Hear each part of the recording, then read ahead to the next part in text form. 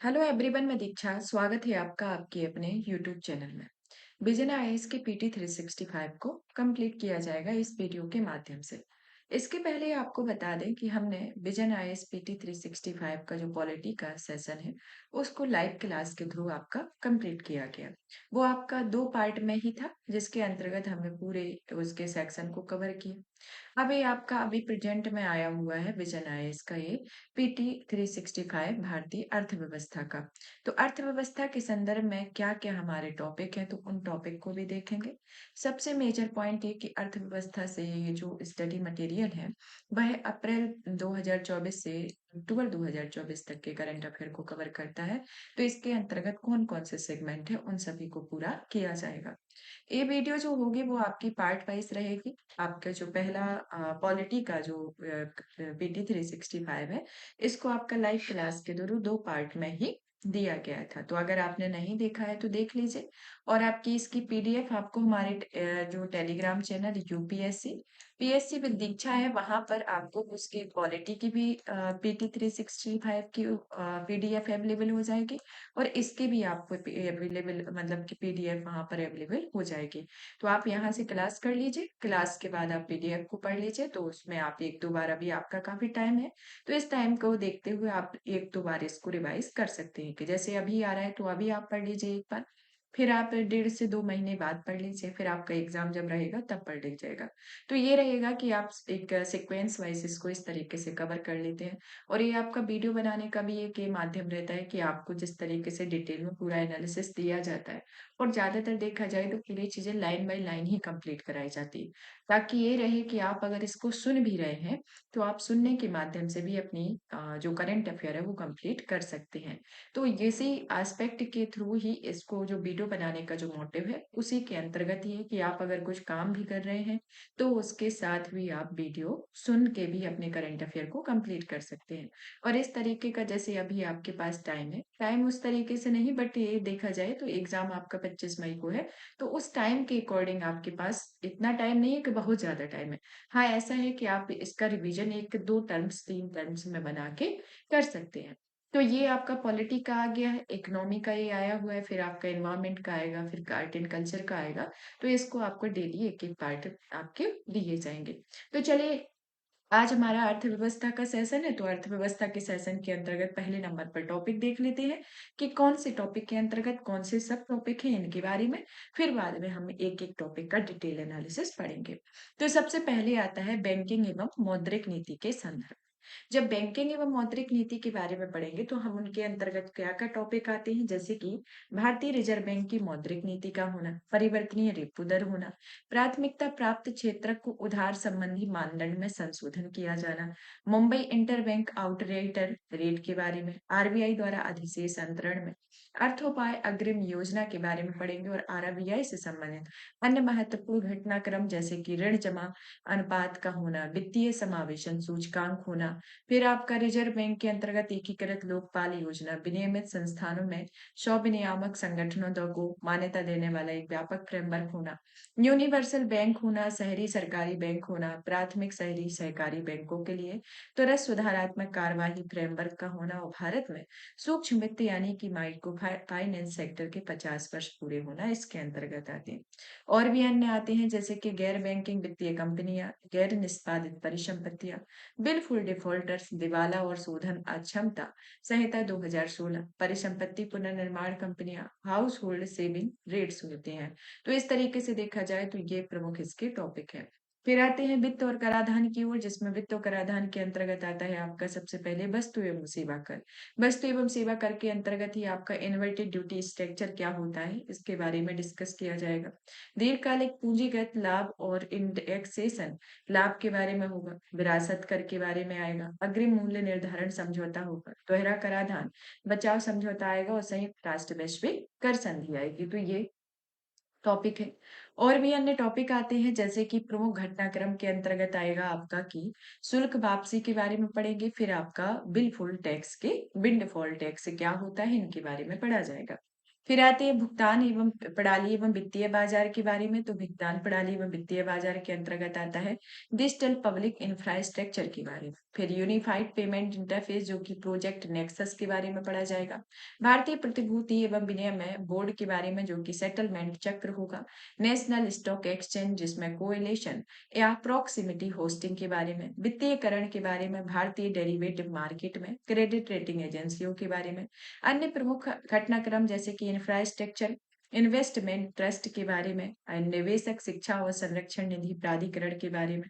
Front running के बारे में पढ़ाया जाएगा। इंडिया वोलेटिलिटी इंडेक्स के बारे में और फिंटर नेट के बारे में पढ़ाया जाएगा। फिर परपेचुअल बॉन्ड के बारे में। फिर आता है पार्टिसिपेटरी नोट या पी नोट्स के बारे में। इसके बाद इंडिया इंटरनेशनल बुलियन एक्सचेंज और कैरी ट्रेड्स के बारे में। तो ये आपका तीसरा मेजर टॉपिक है, उसके अंतर्गत ये सब टॉपिक है। फिर आता है हमारा नेक्स्ट टॉपिक जिसमें बाह्य क्षेत्र के बारे में हमारा टॉपिक है। बाह्य क्षेत्र के अंतर्गत हमारा पहला टॉपिक आता है जैसे कि भारत में व्यापार घाटा के बारे में, प्रत्यक्ष विदेशी निवेश, रुपए की अंतर्राष्ट्रीयकरण, ब्रिटेन वुड्स सम्मेलन के बारे में, अंतर्राष्ट्रीय मुद्रा कोष के बारे में, विश्व बैंक के बारे में, विश्व व्यापार संगठन के बारे में और कृषि एवं खाद्य सुरक्षा के बारे में पढ़ेंगे। और भी अन्य आते हैं जैसे कि WTO मत्स्य की सब्सिडी समझौता, जेनेवा पैकेज और ट्रिप्स समझौता के बारे में।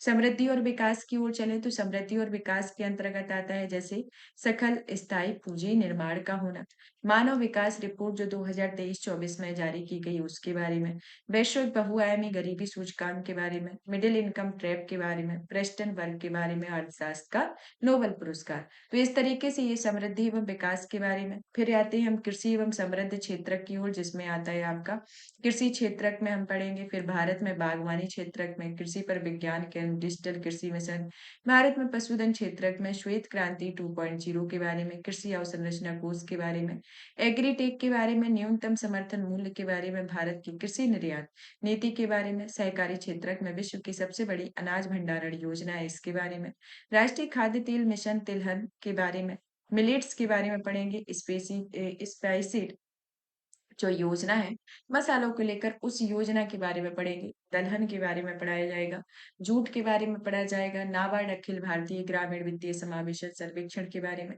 प्राथमिक कृषि ऋण समितियां एपेक्स के बारे में पढ़ेंगे, मत्स्य के क्षेत्र के बारे में, सीवेड या समुद्री शिवार की खेती, अन्य प्रमुख घटनाक्रम के अंतर्गत जैसे केंद्रीय रेशम बोर्ड, भारतीय कृषि अनुसंधान परिषद, national institute of secondary agriculture के बारे में पढ़ा जाएगा। फिर आते हैं और अन्य की ओर जिसमें श्रम और रोजगार के अंतर्गत है जैसे कि आवधिक श्रम बल सर्वेक्षण, गिग इकोनॉमी के बारे में, जीवन निर्वाह मजदूरी के बारे में, भारतीय बीमा विनियामक और विकास प्राधिकरण के अंतर्गत पढ़ेंगे। फिर आते हैं व्यवसाय नवाचार और उद्यमिता के बारे में जिसमें आपका आएगा बी रेडी इंडेक्स, भारत का स्टार्टअप इकोसिस्टम, एंजल टैक्स के बारे में, पेटेंट संशोधन नियम 2024 में, वैश्विक नवाचार सूचकांक 2024 और सामाजिक उद्यमिता के बारे में पढ़ा जाएगा। फिर आते हैं बौद्धिक संपदा या आनुवांशिक संसाधनों या संबंधित पारंपरिक ज्ञान की संधि के बारे में। अवसंरचना के अंतर्गत आता है जैसे कि पीएम गति शक्ति राष्ट्रीय मास्टर प्लान, भारत में सार्वजनिक निजी भागीदारी फ्रेमवर्क के बारे में, परिसंपत्ति मुद्रीकरण के बारे में, औद्योगिक पार्क के बारे में, भारत के लॉजिस्टिक क्षेत्र के बारे में, भारत के पत्तन क्षेत्र में जिसके अंतर्गत संबंधित महत्वपूर्ण घटनाक्रम को पढ़ेंगे। भारतीय रेलवे की सुरक्षा के बारे में पढ़ा जाएगा। राष्ट्रीय अवसंरचना वित्त पोषण और विकास बैंक के अंतर्गत पढ़ाया जाएगा। सेवाओं के अंतर्गत आती हैं जैसे कि ई कॉमर्स सेवाएं इनके बारे में। फिर आते हैं आपके ओपन नेटवर्क और डिजिटल कॉमर्स के बारे में, कॉमर्स के बारे में, एंटी ट्रस्ट कानून के अंतर्गत पढ़ा जाएगा। तो इस तरीके से ये सेवाएं।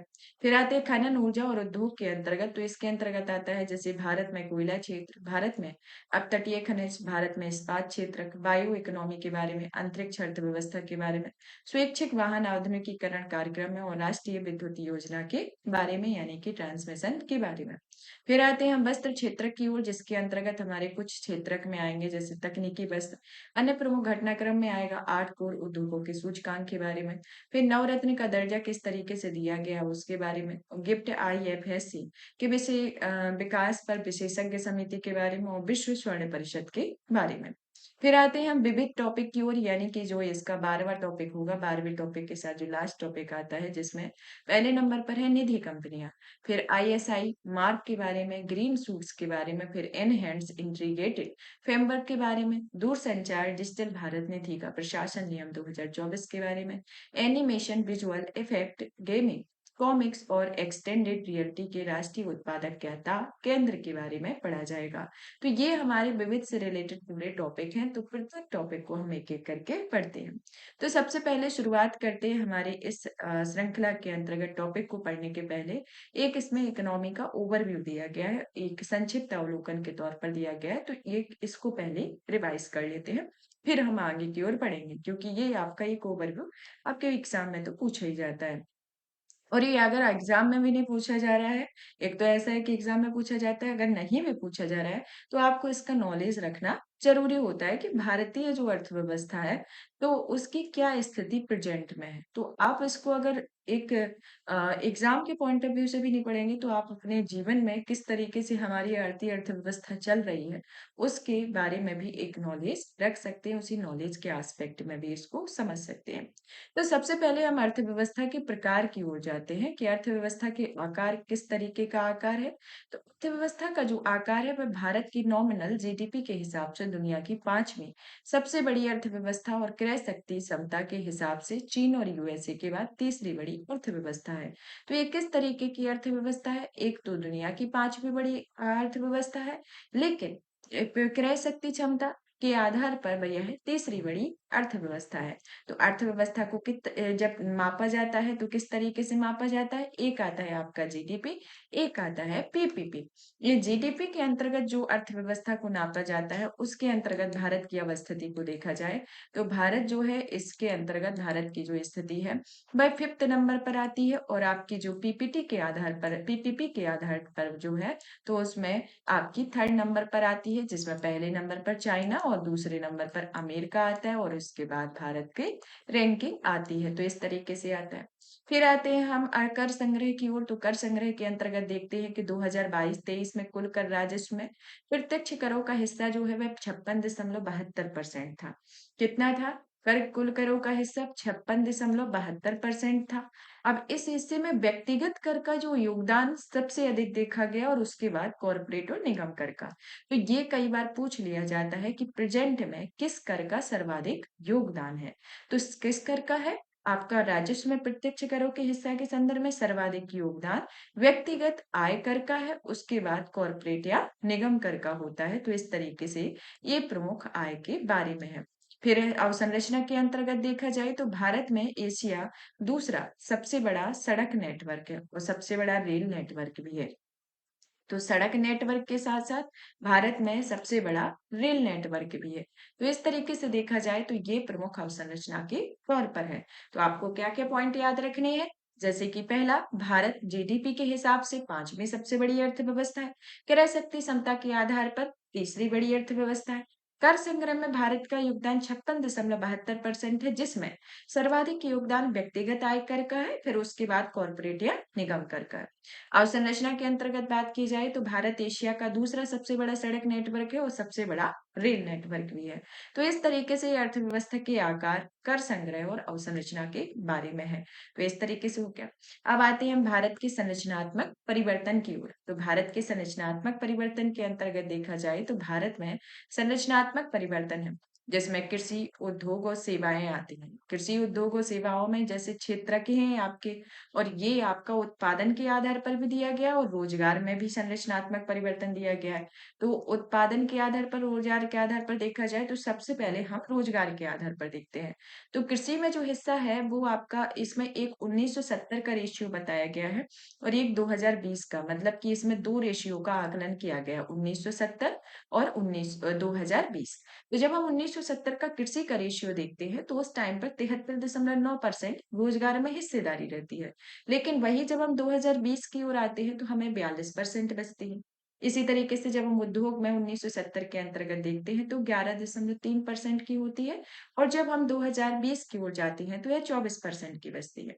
फिर हम सेवाओं में आते हैं तो सेवाओं के अंतर्गत भी ये इसमें 14.8% 1970 में रहती है और आपकी 2020 में 30.7 हो जाती है। तो रोजगार के अंतर्गत देखा जाए तो सर्वाधिक जैसे 1900 सर्वाधिक कृषि क्षेत्र का एक था, लेकिन ये होते होते कितना हो गया, 42% हो गया। और इसमें सबसे ज्यादा बढ़ोतरी किसमें हुई है, सेवा क्षेत्रक में हुई है, उसके बाद उद्योग क्षेत्रक में, और आपका जो कृषि क्षेत्र है इसमें इसका आपकी वैल्यू घटी हुई है, मतलब कि रोजगार में हिस्सेदारी का परसेंटेज घटा हुआ है। फिर आप चलिए उत्पादन के संरचनात्मक परिवर्तन की ओर देख लेते हैं। तो उत्पादन के संरचनात्मक परिवर्तन की ओर देखा जाए तो इस समय में उत्पादन के संरचनात्मक परिवर्तन में इसकी जो हिस्सेदारी है वो एक तरीके से कृषि में आपकी 1970 में 42% रही है, और अभी प्रेजेंट में 15% है। कितनी किसके आधार पर, उत्पादन के आधार पर ये हिस्सेदारी है। पहले 42% थी 1970 में, 2020 के हिसाब से 15% है। फिर इसी तरीके से उद्योग में 1970 में आपकी 24% हुई, और फिर आपकी 25.9% आती है। इसी तरीके से सेवाओं के अंतर्गत 34.5% रही, और ये आपकी बाद में आके 2020 में 55.3% रही। तो ये आपका पूरा रेशियो है, इस रेशियो के अंतर्गत पूरा अच्छे से कार्य किया जाता है, तो ये रेशियो चलता है। तो इसमें भी क्या हुआ है कि इसमें भी आपका सेवा क्षेत्रक में बढ़ोतरी ज्यादा हुई है, फिर आपका उद्योग क्षेत्रक में और कृषि क्षेत्र घटा हुआ है, उसी तरीके से रोजगार के अंतर्गत भी देखने को मिला है। अब आते हैं भारत के बाह्य एवं विदेशी ऋण, जो कि मार्च 2024 में किस तरीके की इसकी प्रक्रिया रही, इस ऋण के बारे में भी एक ओवरव्यू ले लेते हैं। तो भारत में क्या हुआ है कि विदेशी ऋण जो है वह 663.8 बिलियन अमेरिकी डॉलर है, जिसमें दीर्घावधि में ऋण कितना है, 541.2 बिलियन डॉलर आता है। फिर आता है भारत में विदेशी ऋण जीडीपी का अनुपात 2023 में कितना हुआ है, यह 19% हो गया है, और यह घटकर प्रेजेंट में 18.7% हो गया है। तो इसमें 2023 में 19% था विदेशी ऋण जीडीपी के अनुपात में, और प्रेजेंट में 18.7% हो गया। फिर हम घटक के तौर पर जब बात करते हैं तो इसमें अमेरिकी डॉलर में 53.8% का एक रेशियो रहता है, और इस रेशियो के अंतर्गत सबसे बड़ा घटक बना हुआ है। इसमें बाद में भारतीय रुपया, एन, एसडीआर आदि का स्थान भी आता है। तो ये घटक के अंतर्गत आते हैं। तो इसमें सबसे पहले विदेशी ऋण का हिस्सा 663.3 बिलियन अमेरिकी डॉलर से वह 541.2 बिलियन डॉलर हो गया है।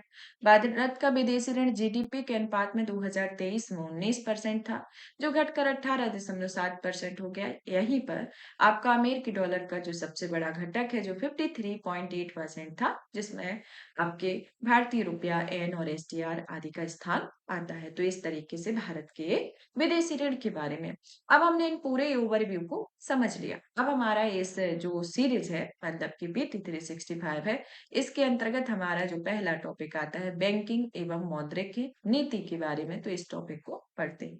तो भारतीय रिजर्व बैंक की मौद्रिक नीति के बारे में हमारा पहला टॉपिक है। क्या है, monetary policy of RBI. Monetary policy of RBI है, तो हाल ही में इससे रिलेटेड क्या प्रावधान आए हुए हैं और किससे रिलेटेड ये मुद्दा रहा है। फिर हम जानेंगे कि मौद्रिक नीति क्या है, क्योंकि ये आरबीआई की मौद्रिक नीति है। तो इस मौद्रिक नीति को कब लागू किया गया, किस तरीके के इसमें संशोधन किए गए, कब कितने सदस्य होते हैं, क्या क्या इसकी प्रक्रिया होती है, तो इन सब के बारे में पढ़ेंगे। तो सुर्खियों में क्यों है, इसके अंतर्गत बात की जाए तो भारतीय रिजर्व बैंक में मौद्रिक नीति के बारे में भारतीय रिजर्व बैंक के द्वारा एक तरीके से भारत में मौद्रिक नीति के संचरण का अध्ययन किया गया है। इस संचरण में समझा गया है कि मौद्रिक नीति में बदलाव अर्थव्यवस्था को कैसे प्रभावित करते हैं। तो इस मौद्रिक नीति के संचरण किया गया है, तो उसी के अंतर्गत ये बताया गया है कि अर्थव्यवस्था में किस बदलाव से किस तरीके से ये प्रभावित हुआ है। तो अब ये जब मौद्रिक नीति में संचरण हुआ है, तो अब इसमें मौद्रिक नीति को जानना ज्यादा इंपॉर्टेंट हो जाता है कि ये मौद्रिक नीति क्या है, जिसमें इस तरीके के संचरण का अध्ययन किया गया और कब किया जाता है और ये किस तरीके से प्रभावित करता है। तो मौद्रिक नीति के बारे में बात की जाए तो मौद्रिक नीति जो है वह किसी देश के केंद्रीय बैंक के पास उपलब्ध कार्रवाइयों का समूह होता है। जो केंद्रीय बैंक होते हैं, जैसे भारत का केंद्रीय बैंक आरबीआई है, तो आरबीआई भारत का केंद्रीय बैंक है, तो यहाँ पर आरबीआई के ये मौद्रिक नीति हुई। आरबीआई की जो मौद्रिक नीति है उनके पास वह केंद्रीय बैंक के पास एक कार्रवाइयों का समूह होता है कि किस तरीके की कार्रवाई की जाएगी, तो उसका जो एक ग्रुप है वो आपके केंद्रीय बैंक में होगा। ऐसा नहीं है जैसे भारत में आरबीआई है, अन्य देश में और बैंक जिस बैंक के अंतर्गत जो केंद्रीय बैंक होंगे उनके अंतर्गत ये प्रावधान होते हैं। इस नीति के जरिए देखा जाए तो भारत में आरबीआई जैसे केंद्रीय बैंक मुद्रा आपूर्ति को समायोजित करके सतत आर्थिक वृद्धि और मूल्य स्थिरता बनाए रखने का प्रयास करते हैं। तो ये क्या करते हैं, इनका क्या कार्य होता है कि जो भी केंद्रीय बैंक होंगे वह मुद्रा आपूर्ति को समायोजित करेंगे, यानी कि मुद्रा की जो आपूर्ति है उसको एक मुद्रा की कमी ना हो पाए, एक तरीके से एक बैलेंस वे में बनाए रहते हैं। और इसको एक सतत आर्थिक वृद्धि मतलब कि एक तरीके से इसका एक सस्टेनेबल तरीके से जो इकोनॉमिक डेवलपमेंट हो रहा है, इकोनॉमिक ग्रोथ हो रही है, और उसकी किस तरीके से उसकी वैल्यू है जो अप्स एंड डाउन की सिचुएशन होती है, क्योंकि वैल्यू की जो सिचुएशन है वो अप्स एंड डाउन ही होती है, वह स्थिरता रेयर ही होती है। तो उसमें स्थिरता मतलब कि ऐसा नहीं कि बहुत हाई चला जाए या बहुत लो चले जाए, तो उसमें एक समामेलित करने का कार्य आरबीआई के द्वारा किया जाता है। तो ये मौद्रिक नीति के बारे में। फिर आते हैं मौद्रिक नीति संचरण की ओर। तो ये संचरण जो है वो यह प्रक्रिया होती है जिसके माध्यम से मौद्रिक नीति के निर्णय यानी कि आरबीआई को मौद्रिक नीति समिति द्वारा नीतिगत दरों में परिवर्तन, आर्थिक चरों, मूल्य स्तर, समग्र अर्थव्यवस्था पर ये प्रभाव डालती है, जिसके जरिए मौद्रिक नीति के निर्णयों के बाजार और अर्थव्यवस्था पर पड़ने वाले प्रभावों का विश्लेषण किया जाता है और ये भविष्य में नीतिगत निर्णय निर्णय लेने के लिए सहायता करते हैं। तो ये इसके अंतर्गत है। अब आते हैं हम इसकी ओर, जैसे इसमें किसका अध्ययन किया गया है, इसमें मौद्रिक नीति संचरण का ही अध्ययन किया गया है। तो संचरण क्या प्रक्रिया होती है, जो मौद्रिक नीति के निर्णय जो आरबीआई की मौद्रिक समिति द्वारा जो निर्धारित होते हैं, उन्हीं की नीतिगत दरों में परिवर्तन के आधार पर जो किस पर प्रभाव डालती है, आर्थिक चरों पर, मूल्य स्तर पर और समग्र अर्थव्यवस्था पर ही प्रभाव डालती है। मौद्रिक नीति की वैधानिक स्थिति के बारे में बात किया जाए तो आरबीआई अधिनियम 1934 में वर्ष 2016 में संशोधन करके आरबीआई की मौद्रिक नीति को वैधानिक आधार प्रदान किया गया है।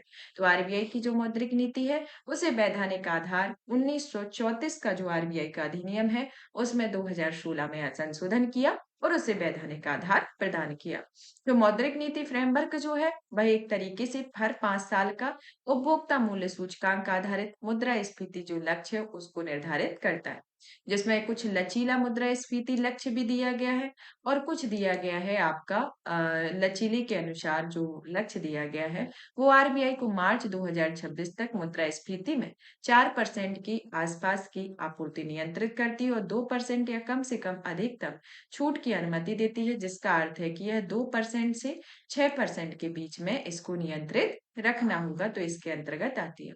मौद्रिक नीति के उपकरण के अंतर्गत देखा जाए तो इसमें एक आता है मात्रात्मक उपकरण और एक होता है गुणात्मक उपकरण। यानी कि जब आप मौद्रिक मॉनेटरी पॉलिसी को पढ़ते हैं तो उसमें एसएलआर, सीआरआर, जो ओमेमो और रेपो रेट से रिवर्स रेपो रेट, ये सब होते हैं आपके मात्रात्मक उपकरण। ये जो उपकरण होते हैं ये एक तरीके से अर्थव्यवस्था के लिए सामान्य उपकरण होते हैं। इनका प्रभाव जो होता है मतलब कि ये जिनकी प्रकृति तो जो होती है वह अप्रत्यक्ष तौर पर होती है और ये अर्थव्यवस्था में ऋण की मात्रा को प्रभावित करने के लिए उपयोग किए जाते हैं। लेकिन गुणात्मक उपकरण इस तरीके से होते हैं जैसे कि अर्थव्यवस्था के क्षेत्रों में एक ऋण के वितरण और दिशा को नियंत्रित करने के लिए इनको मदद किया जाता है, तो इसके अंतर्गत आते हैं। तो मौद्रिक नीति उपकरण के अंतर्गत बात की जाए तो ये मात्रात्मक उपकरण होते हैं और इन उपकरण में जो आता है पहला कि इन उपकरणों के अंतर्गत आता है कि ये जो है वह आते हैं ऋण की मात्रा को प्रभावित करने के लिए उपयोग किए जाते हैं। अब किस-किस की मात्रा, जैसे कि ओपन मार्केट ऑपरेशन का होना या खुला बाजार परिचालन, सरकारी प्रतिभूतियों की खरीद और बिक्री, बैंक दर, नकद आरक्षित अनुपात या सीआरआर, एसएलआर यानी कि वैधानिक तरलता अनुपात, सीमांत स्थायी सुविधा, तरलता समायोजन सुविधा जिसमें रेपो रेट और रिवर्स रेपो रेट आती है, तो इस तरीके से आते हैं।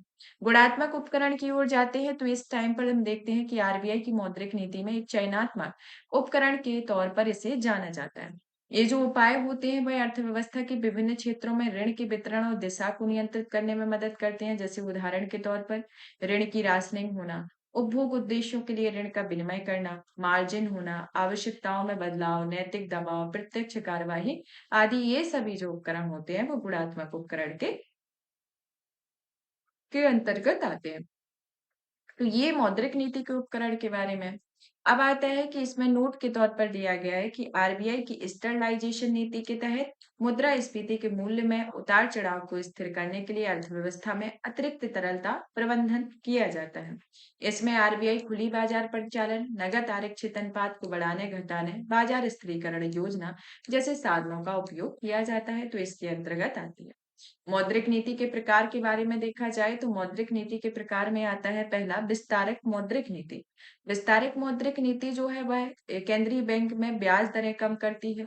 इसके बाद बैंक भी ब्याज दरें कम करते हैं, ऋण लेना सस्ता हो जाता है और कोई व्यक्ति या व्यवसायी अधिक राशि का ऋण ले सकता है, इसके अंतर्गत आते हैं। बाजार में तरलता या लिक्विडिटी बढ़ती है, मांग में वृद्धि होती है और आर्थिक समृद्धि को बढ़ावा मिलता है।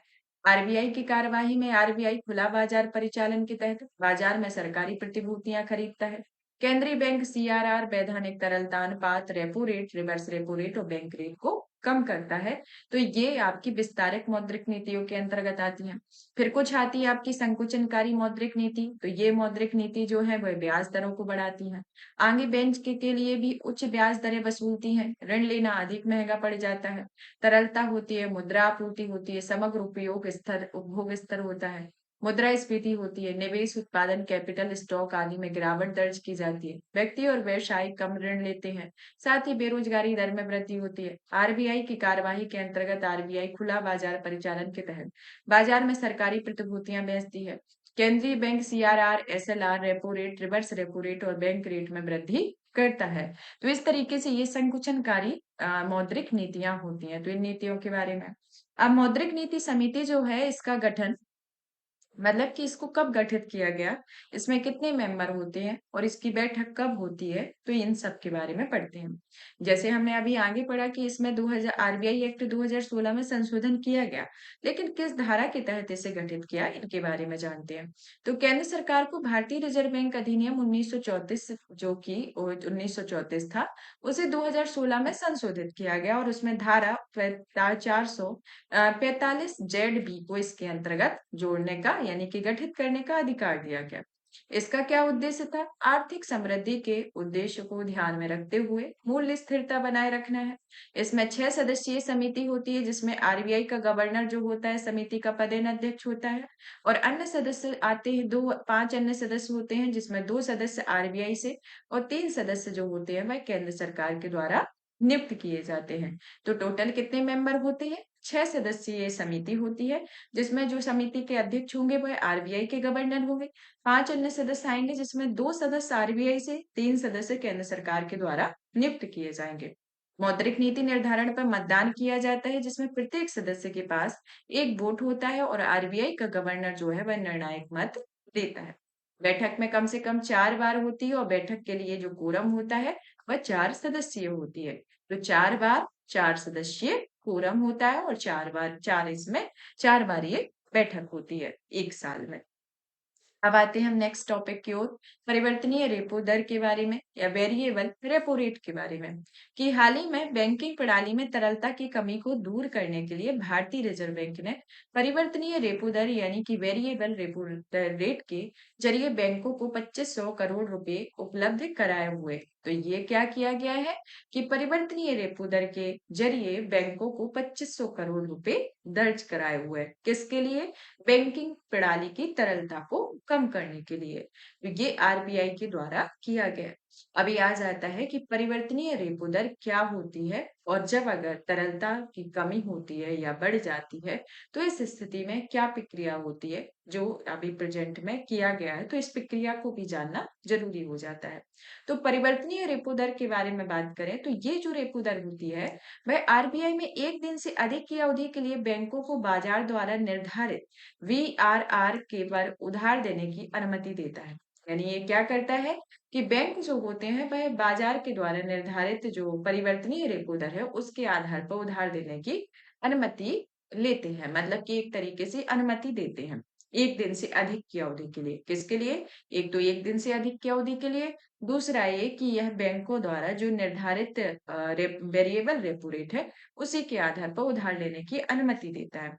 और ये जो अनुमति है वह रेपो रेट से कम होती है, यानी कि ये नहीं है जैसे कि आपकी रेपो रेट और रिवर्स रेपो रेट है।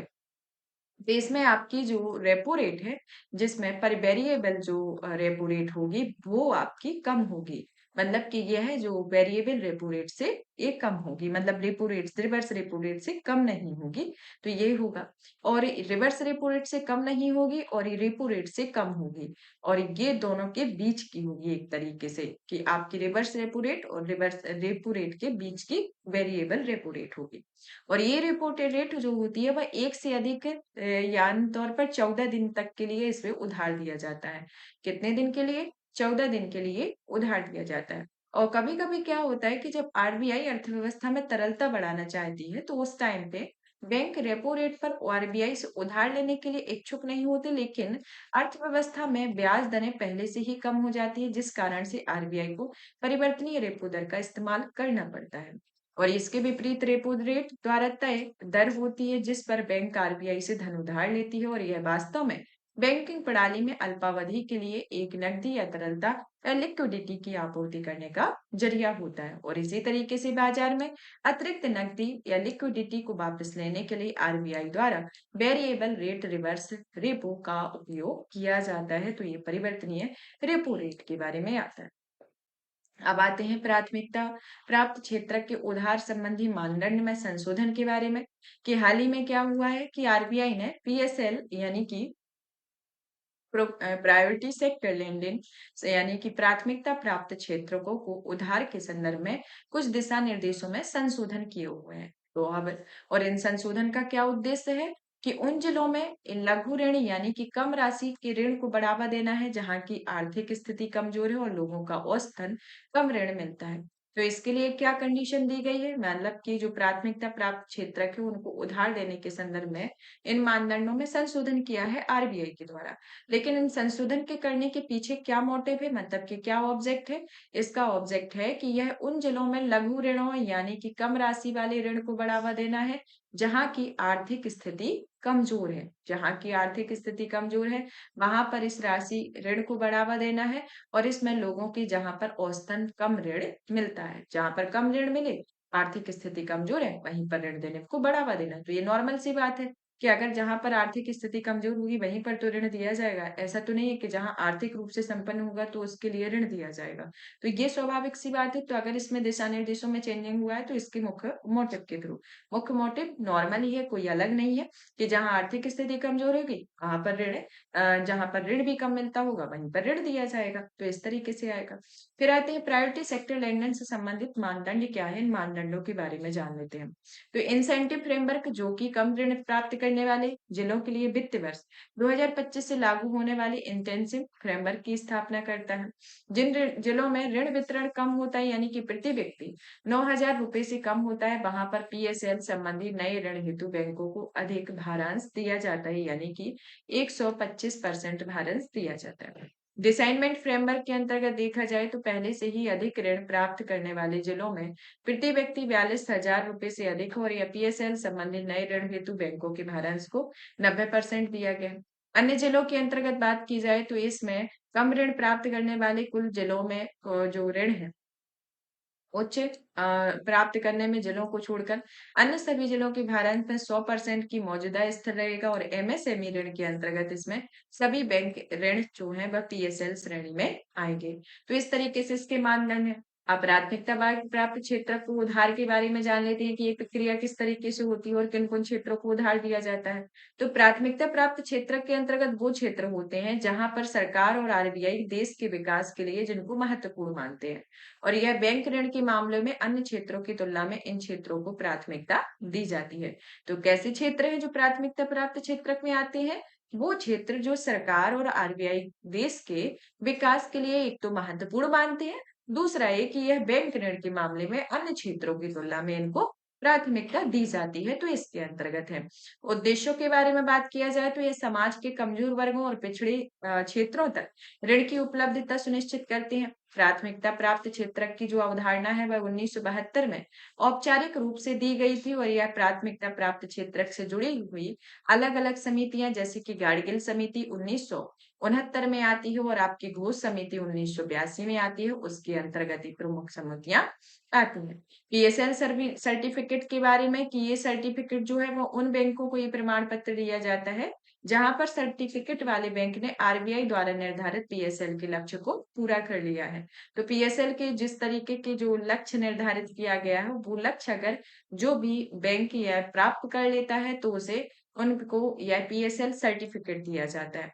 और इस सर्टिफिकेट देने का जो मोटिव है वह बैंक द्वारा प्राथमिकता प्राप्त क्षेत्रों को ऋण देने में अपने लक्ष्य को पूरा नहीं करने की स्थिति में इंस्ट्रूमेंट की खरीद के माध्यम से बैंकों से पीएसएल संबंधी लक्ष्य को प्राप्त करने में सक्षम बनाना और फिर टारगेट से अधिक पीएसएल ऋण देने वाले बैंकों को प्रोत्साहन प्रदान करना है, तो इसके अंतर्गत आते हैं। अब आते हैं पीएसएल के अंतर्गत श्रेणियों के बारे में, जैसे कि कृषि। तो श्रेणी कौन कौन सी है? आपकी आती है कृषि श्रेणी, फिर कृषि के बाद आते हैं सूक्ष्म लघु एवं मध्यम उद्यम, फिर निर्यात संबंधी ऋण, शिक्षा के बारे में, आवास के बारे में, सामाजिक अवसंरचना के बारे में, नवीनीकरण ऊर्जा और अन्य होते हैं। तो पीएसएल के अंतर्गत ये प्रमुख श्रेणियां होती हैं और इन श्रेणियों को कमजोर स्थिति के अंतर्गत उपलक्ष्य भी इसमें शामिल होते हैं, जैसे कि लघु एवं सीमांत समूह, स्वयं सहायता समूह, एससी यानी कि अनुसूचित जाति, अनुसूचित जनजाति और दिव्यांगजन आदि आते हैं। तो इनकी इन श्रेणियों में कमजोर वर्गों के अतिरिक्त ये उपलक्ष्य भी शामिल किए गए। अब आते हैं कि विभिन्न प्रकार के बैंकों के लिए पीएसएल हेतु क्या लक्ष्य है, यानी कि इसके क्या उपलक्ष्य हैं, तो इनके बारे में बात करते हैं। तो इसमें सबसे पहले श्रेणियां दी गई हैं। किस तरीके की श्रेणियां? घरेलू वाणिज्यिक बैंकों में 20 से अधिक शाखाओं वाले विदेशी बैंक, 20 से कम शाखाओं वाले विदेशी बैंक, क्षेत्रीय ग्रामीण बैंक और लघु वित्त बैंक के बारे में इनकी अलग अलग श्रेणियां बनाई गई हैं।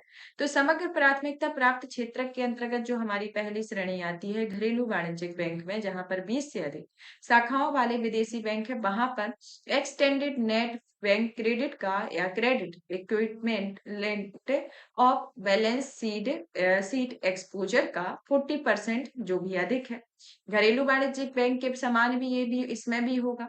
और एएनबीसी या सीईओबीई का 75% होगा। और इसमें यह एएनबीसी या सेम भी इसमें भी वही होगा कि जिस तरीके से क्षेत्रीय ग्रामीण बैंक में है वह लघु वित्त बैंक में भी होगा। फिर आते हैं कृषि की ओर, तो कृषि में देखते हैं कि एएनबीई सी सीईओबीई का 18% होगा, जिसमें लघु एवं सीमांत के लिए 10% किसानों को देना होगा, लागू नहीं होगा। घरेलू वाणिज्यिक बैंकों के समान होगा और ये भी घरेलू वाणिज्यिक बैंक के समान होगा। सूक्ष्म लघु उद्योग के अंतर्गत देखा जाए तो इसमें 7.5% जो भी होगा ये यहाँ पर लागू नहीं होगा, घरेलू वाणिज्यिक बैंक के समान होगा, ये भी सेम होगा। कमजोर वर्गों की अग्रिम सहायता के अंतर्गत देखा जाए तो इसमें 12% जो भी हो अधिक होगा, ये लागू नहीं होगा इन पर। और इस पर क्या होगा कि ये 12% जो भी हो इस पर 15% लागू होगा, यहाँ पर ये घरेलू वाणिज्यिक बैंकों के ये समान होगा। तो यह जो दिशा निर्देश है प्राथमिक शहरी सहकारी बैंकों पर भी लागू होते हैं। तो इन क्षेत्रों पर भी तो लागू होती है पीएसएल पर, साथ साथ प्राथमिक शहरी सहकारी बैंक पर भी लागू होते हैं। अब आते हैं Mumbai inter bank outright rate के बारे में कि ये चर्चा में क्यों रहा है। माइवर के नाम से जाना जाता है और इसमें एक लाइवर आता है, एक माइवर आता है। लंदन इंटरबैंक ऑफर्स रेट के आधार पर ये भारत में मुंबई इंटरबैंक ऑल्ट रेट से बनाई गई है। प्रेजेंट में इससे रिलेटेड क्या हुआ है और ये क्या होती है, किस तरीके से इसका गणना एवं प्रकाशन होता है, किस आधार पर गणना की जाती है, तो इन सब के बारे में जानते हैं। और इसका कंपैरिजन आपका लाइबर यानी कि लंदन बैंक और इंटरबैंक ऑफर रेट के से भी करेंगे। तो हाल ही में क्या हुआ है कि आरबीआई ने माइवर की गणना पद्धतियों में महत्वपूर्ण बदलावों की सिफारिश की है और अधिक लोकप्रिय डेरिवेटिव्स प्रोडक्ट्स के लिए एक नया सुरक्षित मुद्रा बाजार बेंचमार्क अपनाने का प्रस्ताव किया हुआ है। तो क्या किया गया है कि इसमें बदलावों की सिफारिश की है, साथ ही साथ एक लोकप्रिय डेरिवेटिव प्रोडक्ट्स को एक नया सुरक्षित मुद्रा बाजार बेंचमार्क बनाने का प्रस्ताव दिया हुआ है। सबसे पहले कि माइबर के बारे में जान लेते हैं कि माइबर क्या है। माइबर जो है एक तरीके से एक ब्याज दर बेंचमार्क होता है जिस पर कोई बैंक अपनी भारतीय इंटर बैंक बाजार में किसी अन्य के बैंक से बिना जमानत के धन उधार ले लेता है, यानी कि जो भी बिना जमानत के जिससे धन उधार ले लेता है वह माइबर होगा। और यह किस पर होता है? यह कोई बैंक जो होता है वह भारतीय इंटर बैंक के माध्यम से। इसका गणना और प्रकाशन जो है वह गणना financial benchmark India private limited द्वारा प्रतिदिन किया जाता है और इसकी गणना जिस आधार पर की जाती है वह एक तरीके से नेगोशिएटेड डीलिंग सिस्टम यानी कि एनडीएस कॉल सिस्टम में पहले घंटे में किए गए कारोबार के आधार पर किया जाता है। तो किस पर किया जाता है? एक नेगोशिएटेड डीलिंग सिस्टम होता है जिसके आधार पर इसे इसके कारोबार के आधार पर इसे निर्धारित किया जाता है। तो इसके अंतर्गत ये प्रारूप आता है। भारत में लंदन इंटरबैंक ऑफर्ड रेट के पर निर्भरता की समाप्ति के बारे में, ये जो निर्भरता की समाप्ति है वह पिछले भारतीय रिजर्व बैंक और आरबीआई द्वारा विनियमित अन्य संस्थानों के लिए एक एडवाइजरी जारी की हुई है। इसमें लाइबर को पूर्णतः बाहर निकालने के लिए कदम उठाने के लिए कहा गया और ये लाइबर जो है एक वैश्विक बेंचमार्क ब्याज दर है जिसका इस्तेमाल वैश्विक स्तर पर ब्याज दरों को तय करने के लिए एक बेंचमार्क के तौर पर इसका उपयोग किया जाता है और इसी दर पर प्रमुख बैंकिंग अंतरराष्ट्रीय इंटरबैंक को एक दूसरे से ऋण लेते हैं। अब आते हैं इससे संबंधित कुछ शब्दावलियां हैं जैसे कि call money market. Call money market आपका पूछ लिया जाता है डायरेक्ट ही आपका इससे आता है कि इसके ऑब्जेक्टिव के कॉल मनी मार्केट किसे कहा जाता है, इस तरीके से पूछ लिया जाता है। कॉल मनी मार्केट जो है एक वित्तीय बाजार होता है जहां वित्तीय संस्थान और बैंक अल्पकालिक जरूरतों के लिए धन उधार लेते हैं और देते हैं। मतलब कि धन को उधार भी लिया जाता है, दिया भी जाता है और यह किसके आधार पर? वित्तीय संस्थान और बैंक जो है अल्पकालिक जरूरतों के आधार पर। तो ये चीजें होती हैं। आरबीआई जो है बैंकिंग संदर्भ दर की एक प्रणाली को स्थापित करता है और इस प्रणाली में बैंकों को अंतर्राष्ट्रीय वित्तीय लेन देन के लिए ब्रिटिश पाउंड के बजाय मुद्राओं की बास्केट से दरें चुनने की सुविधा प्रदान होती है। तो मुद्राओं की दरें चुनने की सुविधा प्रदान होती है। लंदन इंटरबैंक ऑफर्ड रेट के विकल्प के बारे में बात की जाए तो यह सिक्योर्ड ओवरनाइट फाइनेंसिंग रेट होती है जिसमें संयुक्त राज्य अमेरिका Mumbai modified interbank forward overnight rate, Bharat Shanghai interbank offer rate जिसमें चीन आएगा, टोक्यो इंटरबैंक ऑफर रेट में जापान आता है। तो ये अलग अलग आपकी सब जगह की ऑफर रेट है। कौन कौन सी? सिक्योर्ड ओवरनाइट फाइनेंसिंग रेट कहाँ की है? संयुक्त राज्य अमेरिका की। Mumbai modified interbank forward overnight rate Bharat की।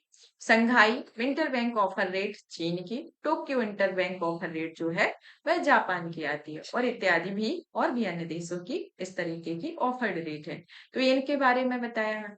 फिर आते हैं financial benchmark India private limited के बारे में जिसका गठन होता है 2014 में। कंपनी अधिनियम 2013 के तहत इसका गठन किया जाता है और यह एक तरीके से जो है वह संयुक्त रूप से in fixed income money market या derivatives association of India, foreign exchange dealers association of India, Indian banks association के पास होती है।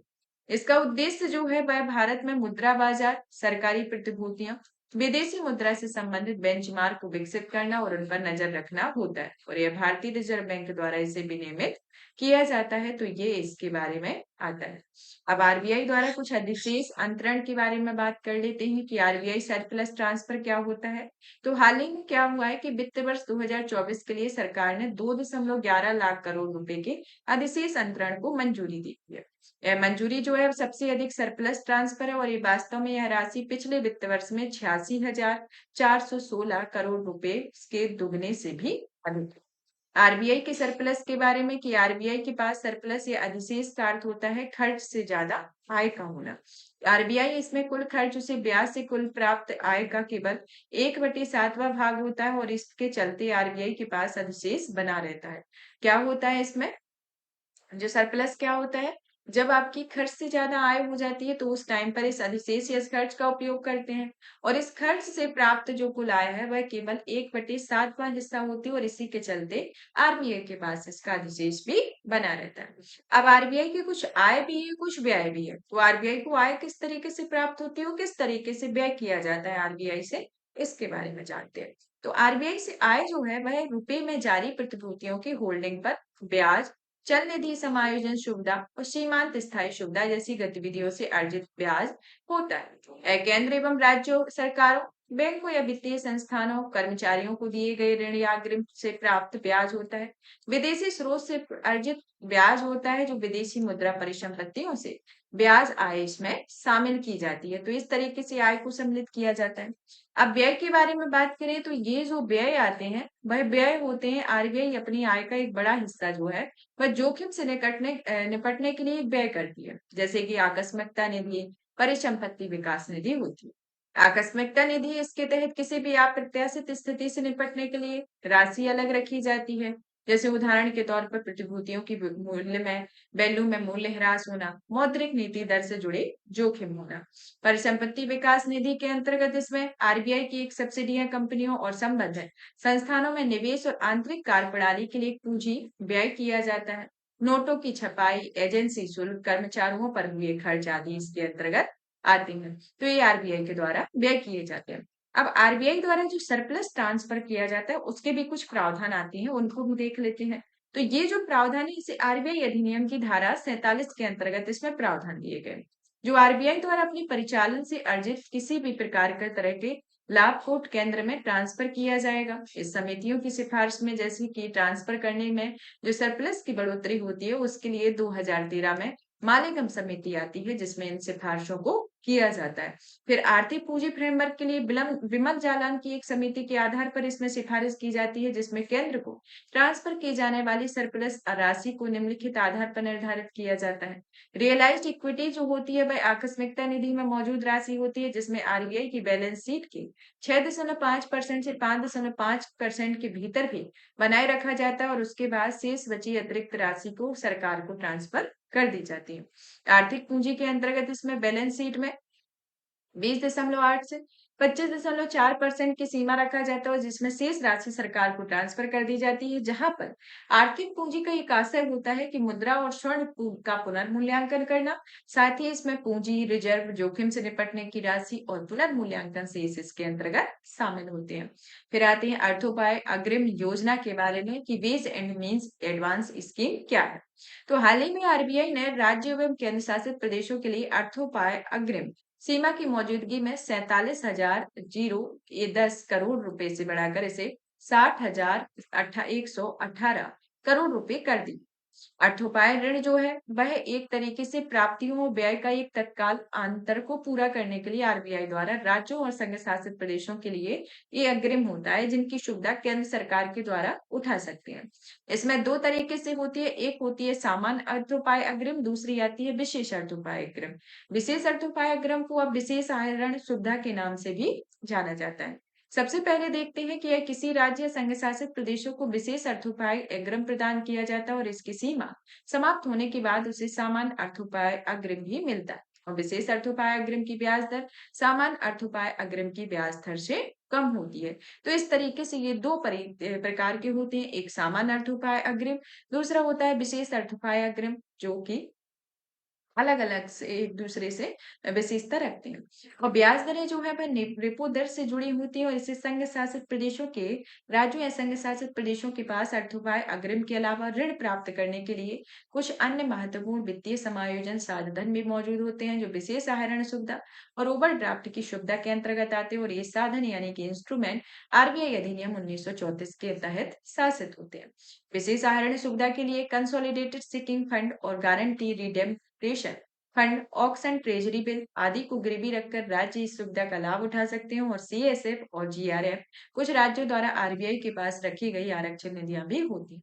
ये सुविधाएं तब प्रदान की जाती है जब किसी राज्य को दी गई वित्तीय सहायता विशेष आहरण सुविधा और अर्थोपाय अग्रिम सीमा से अधिक हो जाती है, जिनमें आमतौर पर राज्य सरकारें या संघ शासित प्रदेश लगातार 14 दिन तक ओवरड्राफ्ट सुविधा का लाभ उठा सकते हैं और आरबीआई भी इसे बढ़ा सकती है। तो ये ओवरड्राफ्ट सुविधा के बारे में है। अब आरबीआई से संबंधित कुछ महत्वपूर्ण घटनाक्रम आते हैं, जैसे कि पहली आती है ऋण जमा अनुपात के बारे में कि ऋण जमा अनुपात रेशियो जो है, जिसमें आरबीआई ने इस अनुपात में उच्च चिंता व्यक्त करते हुए इसे कम करने की सलाह दी है। अब ऋण जमा अनुपात या क्रेडिट डिपॉजिट रेशियो क्या होता है? ये एक तरीके से किसी बैंक द्वारा अपनी कुल जमा राशि के सापेक्ष दिए गए ऋणों के परिवर्तन को दर्शाता है। तो क्या होता है, ये कुल जमा राशि जो होती है उनमें जिस तरीके का ऋण परिवर्तन होता है उसके परिवर्तन को इस राशि के द्वारा दर्शाया जाता है। यह जो होते हैं वह बैंक जमा राशि और बैंकों द्वारा वितरित अनुपात होते हैं और इसे उच्च ऋण जमा अनुपात यह बताता है इसमें कि बैंक के संसाधनों का बड़ा हिस्सा ऋण के लिए उपयोग किया जाता है। यह आर्थिक समृद्धि को इससे बढ़ावा मिल सके और बैंकों की पूंजी पर जोखिम भी बढ़ सके। लेकिन ये जो रिपोर्ट आई हुई थी वित्तीय स्थिरता की रिपोर्ट, इस रिपोर्ट को 2005 से मतलब कि 2005 के बाद से इस रिपोर्ट में जब दिसंबर 2023 में इसका जो रेशियो प्रकाशित किया गया, तो इस टाइम पर इसकी जो चरम 78.8% पर एक चरम स्तर पर पहुंच गया। और अगर 75% से अधिक ऋण जमा अनुपात वाले जो बैंक होते हैं वहां पर 75% से अधिक निजी बैंक के क्षेत्रक रहे हैं। तो प्रेजेंट में कितनी है 78.8% और अभी 75% से जो ऋण जमा के बारे में है तो वो निजी क्षेत्र के बैंक आते हैं। तो ये ऋण जमा के बारे में जो वित्तीय स्थिरता रिपोर्ट आई हुई थी 2005 के बाद इस अनुपात को 2023 में दिखाया गया, एक कंपैरिजन किया गया जिसमें 78.8% की वृद्धि देखी गई। उच्च ऋण जमा अनुपात के में मुख्य ऋण के बारे में, तो इसमें ऋण वितरण में उच्च वृद्धि के बारे में कि यह खुदरा ऋण में वृद्धि जारी है, जिसमें वाहन खरीदने के लिए लोन, पर्सनल लोन आदि शामिल हो और व्यवसायों और एमएसएमई क्षेत्र को दिए जाने वाले ऋणों में वृद्धि की जाती है। बैंकों में नकद जमा में धीमी वृद्धि होती है जिसमें ग्राहक अब बचतकर्ता की बजाय निवेशक बन जाते हैं और इसका अर्थ होता है कि वे धन को बैंकों में जमा करने में कम रुचि दिखा रहे हैं और वे अपनी इससे पूंजी बाजार में निवेश करने में भी प्राथमिकता दे रहे हैं।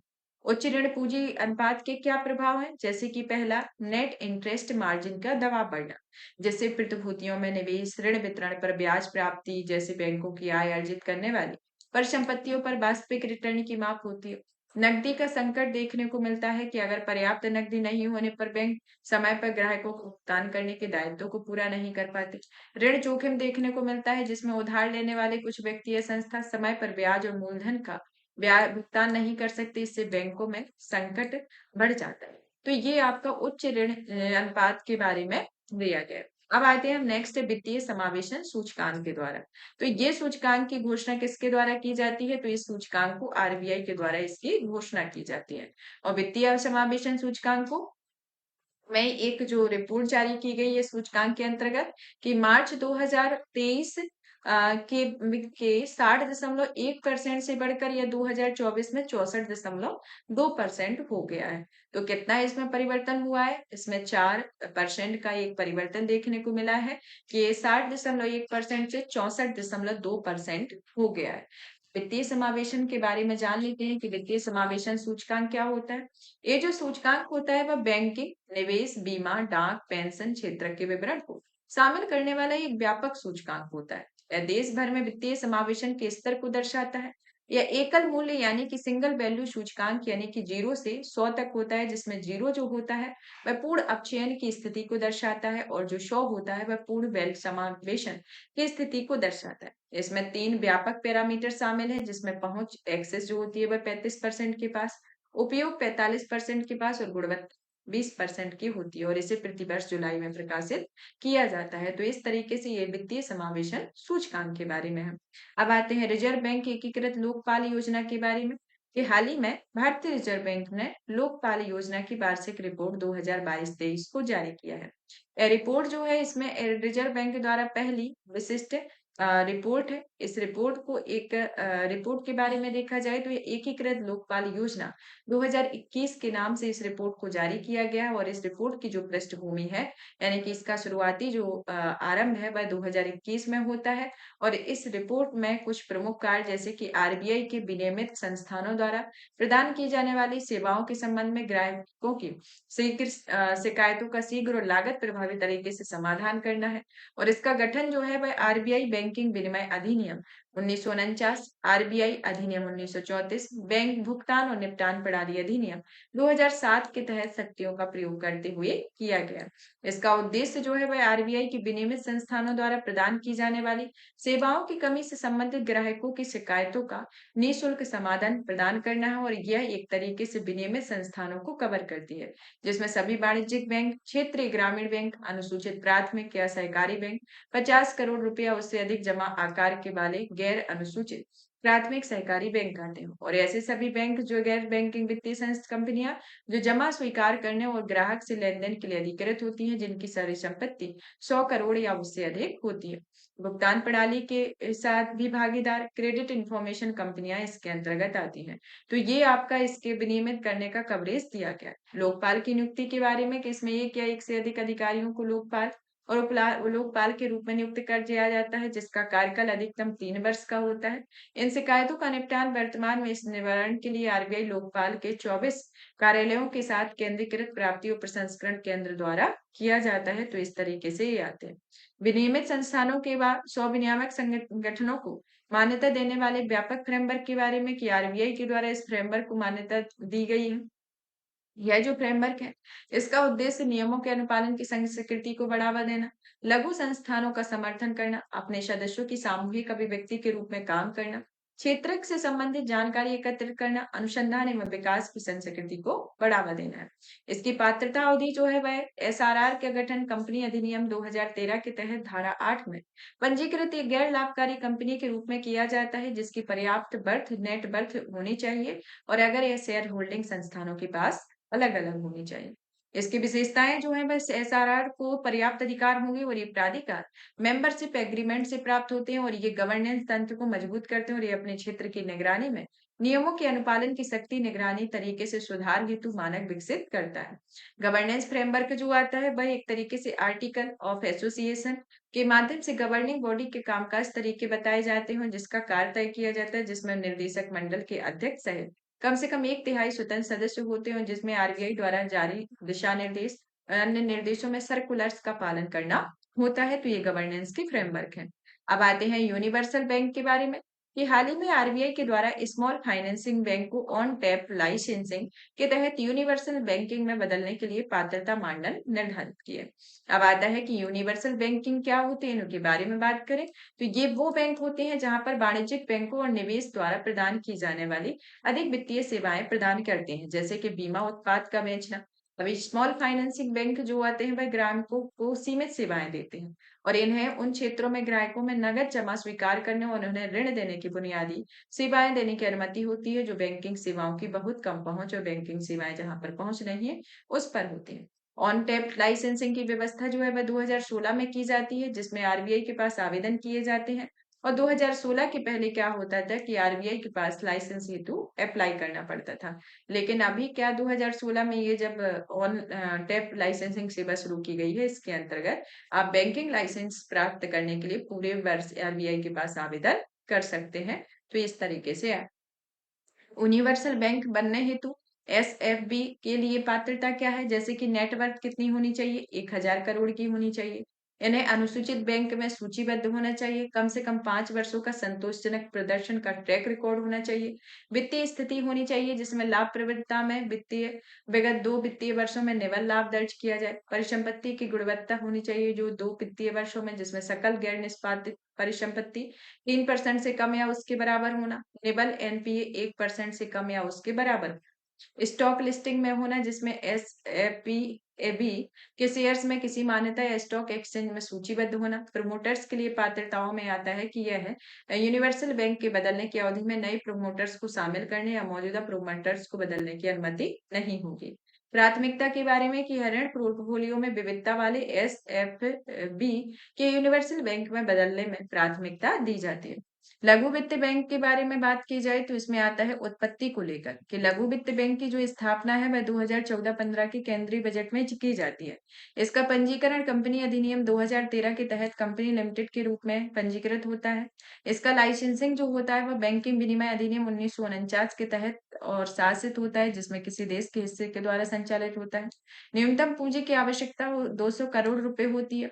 समायोजित निवल बैंक ऋण होता है जिसमें यह 75% की प्राथमिकता प्राप्त क्षेत्र में होती है। शहरी सहकारी बैंक के बारे में कि आरबीआई शहरी सरकारी बैंकों के लिए डिविडेंड इक्वलाइजेशन फंड स्थापित करने की गतिविधि को रोकने को कहा जाता है।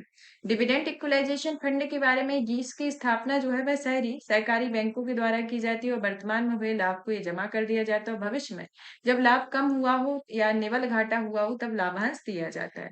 आरबीआई ने शहरी सहकारी बैंक को डिविडेंड इक्वलाइजेशन फंड को जनरल रिजर्व या फ्री रिजर्व में एक बार ट्रांसफर की अनुमति दिया जाता है ताकि विनियामक पूंजी आवश्यकताओं से जुड़े उद्देश्यों को पूरा किया जाए।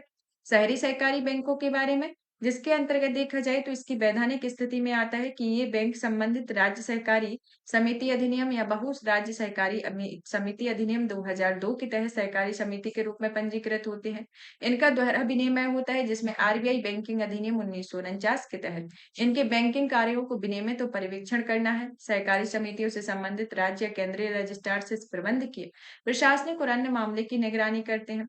ऋण वितरण के अंतर्गत देखा जाए तो इसे मार्च 2026 तक अपने कुल ऋण वितरण 75% प्राथमिकता प्राप्त क्षेत्रों को ऋण प्रदान करने के लिए अनिवार्य लक्ष्य को पूरा करना होगा और कृषि कार्यों के लिए ऋण देने की भी अनुमति होती है। इसमें आरबीआई का जो विनियामक ढांचा होता है वह 4 स्तरों पर वर्गीकृत होता है, जिसमें टीयर फर्स्ट के अंतर्गत देखा जाए तो इसमें सभी यूनिट्स यूएससीबी या वेतनभोगी यूसीबी होते हैं, जिसमें 100 करोड़ तक की जमा राशि वाले सभी यूसीबी आते हैं। 100 करोड़ रुपए से अधिक और 1000 करोड़ रुपए तक की जमा राशि वाले यूसीबी होते हैं। टीयर थर्ड करोड़ रुपए से अधिक है और 10,000 रुपए करोड़ तक की जमा राशि आती है और इसमें टीयर 4 में 10,000 करोड़ रुपए से अधिक जमा राशि वाले यूसीबी आते हैं। तो इस तरीके से शहरी सहकारी बैंक के वर्गीकरण के बारे में। अब यूसीबी के लिए जो शुरू की गई पहले हैं, जैसे कि बैंकिंग विनिमय अधिनियम 2020 के बारे में। यह जो अधिनियम है यह बैंकों के बोर्डों को हटाने की शक्तियां देता है और इस अधिनियम में यूसीबी के प्रबंधन, प्रशासन, समापन आदि को आरबीआई के दायरे में लाया जाता है और यह विस्तार में सुगमता देखने को मिलती है, जो मौजूदा शाखाओं का संख्या का 10% और नई शाखाएं खोलने की अनुमति होती है और इसमें राष्ट्रीय शहरी सहकारी बैंक और विकास निगम लिमिटेड के लिए ये एक संयुक्त संगठन होता है। एनयूसी एफडीसी के बारे में, जो कि एक अम्ब्रेला संगठन होता है जिसे टाइप सेकंड के रूप में पंजीकृत किया जाता है और टाइप सेकंड जो है वह एनबीएफसी एनडी लोगों से जमा स्वीकार करती हो, इसे जमा स्वीकार करने का इरादा देती हो या ग्राहकों से लेन-देन करती हो, लेन-देन करने का इरादा रखती है। अब 2006 में एक श्री एन एस विश्वनाथन की अध्यक्षता में गठित आरबीआई के एक कार्य समूह ने सर्वप्रथम भारत में यूसीबी क्षेत्र के लिए एक अम्ब्रेला संगठन की आवश्यकता पर बल दिया हुआ था। इसके प्रमुख कार्य में आता है जैसे कि तरलता पूंजी सहायता प्रदान करना, विनियामक संबंधी नियमों का पालन लोगों को आसान बनाना, एक साझा प्रौद्योगिकी मंच विकसित करना होता है। प्राथमिक शहरी सहकारी क्षेत्र के लिए त्वरित सुधारात्मक कार्यवाही फ्रेमवर्क के बारे में, कि हाल ही में देखा जाए तो आरबीआई के द्वारा प्राथमिक शहरी सहकारी बैंकों के लिए एक त्वरित सुधारात्मक फ्रेमवर्क जारी किया गया। इस फ्रेमवर्क के अंतर्गत नजर रखी जाए इस पे, तो जिसका उद्देश्य क्या है, अधिक सटीकता और लचीलेपन के साथ शहरी सहकारी बैंकों की वित्तीय स्थिति को दूर करना। इसका कार्यान्वयन जो होगा वह पर्यवेक्षी कार्यवाही फ्रेमवर्क की जगह 1 अप्रैल 2025 से प्रभावी होगा और यह टीयर 2, टीयर 3, टीयर 4 श्रेणियों में सभी सहकारी बैंकों पर लागू होगा और यह से ऑल इंक्लूसिव डायरेक्शन में रखे गए शहरी सहकारी बैंकों पर लागू नहीं होगा।